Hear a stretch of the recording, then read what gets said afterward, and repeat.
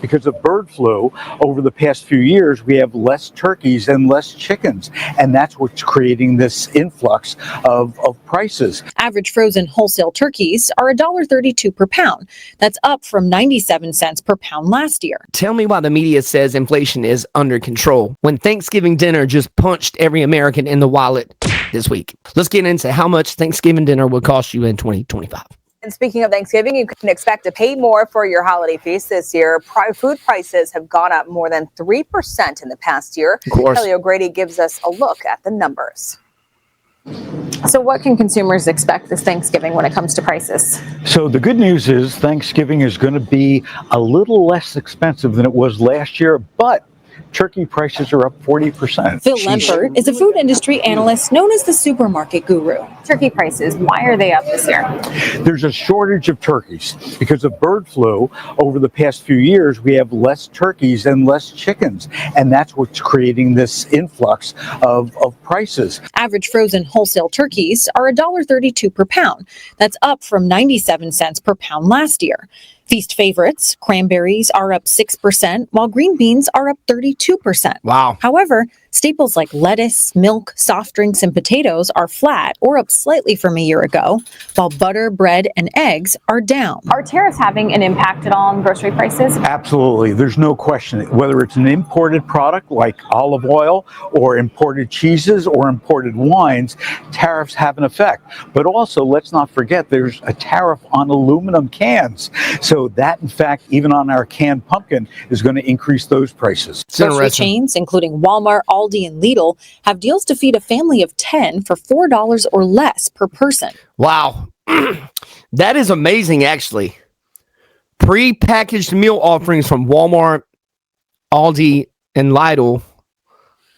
Feed family of 10 for less than $4 or less a person. You know what, man? That's what people need right now, man. It is crazy how expensive everything is.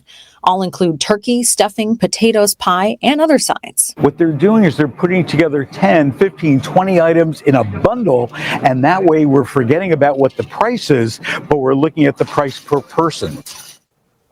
Well, That's actually a really genius idea when you think about it.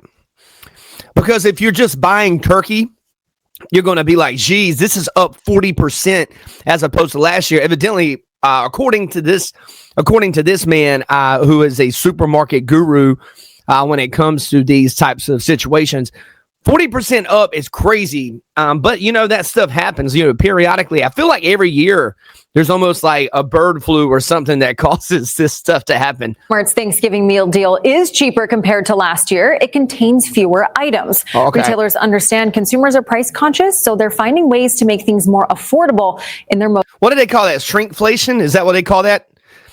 Real quick, if you like what we're doing here, please subscribe to this channel and ring that notification bell. That way you'll get notified the second any new podcast, videos, or clips are uploaded. YouTube doesn't always push everything out, so turning on notifications, make sure you stay in the loop.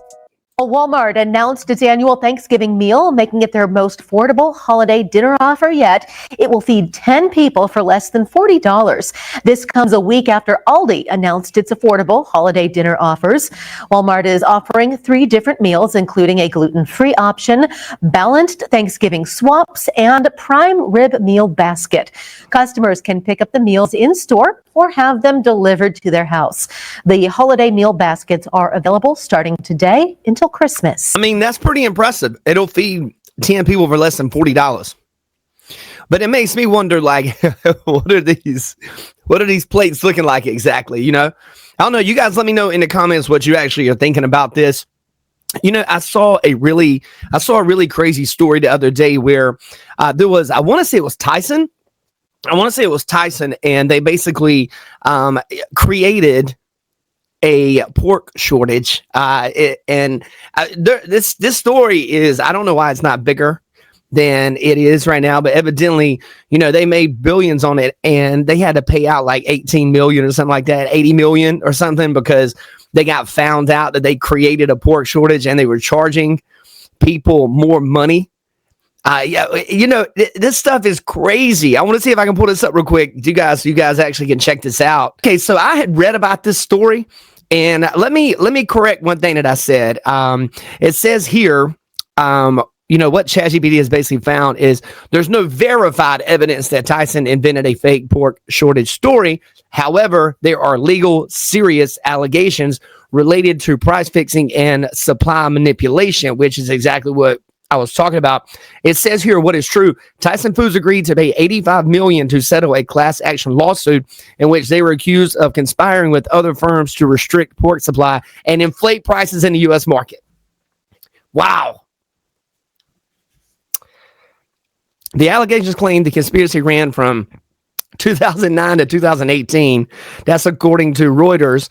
And Tyson has also closed pork processing facilities, the Iowa plant, citing operational and demand issues. That's pretty rowdy, man. It does say here, I want to read this, make sure I'm putting all this information out there. It says what's not confirmed. There's no credible source that says Tyson publicly fabricated a pork shortage story purely to manipulate public perception. The claim that Tyson created a fake pork shortage sounds like a mischaracterization of what the allegations state, rather than a formal statement of them broadcasting a false shortage. You know what, guys? You guys can read between the lines there. I'm probably fine with, I'm just giving you guys this. I thought his story was pretty rowdy, and I want to make sure I leave this in here as well.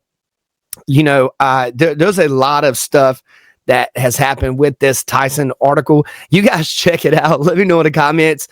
And I hope you guys have a blessed and wonderful day. You watch it on here on Nick John podcast. Please like, comment, subscribe, ring that notification bell, and you'll be notified of all my upcoming video releases. Happy Thanksgiving, guys. It's always on the next one.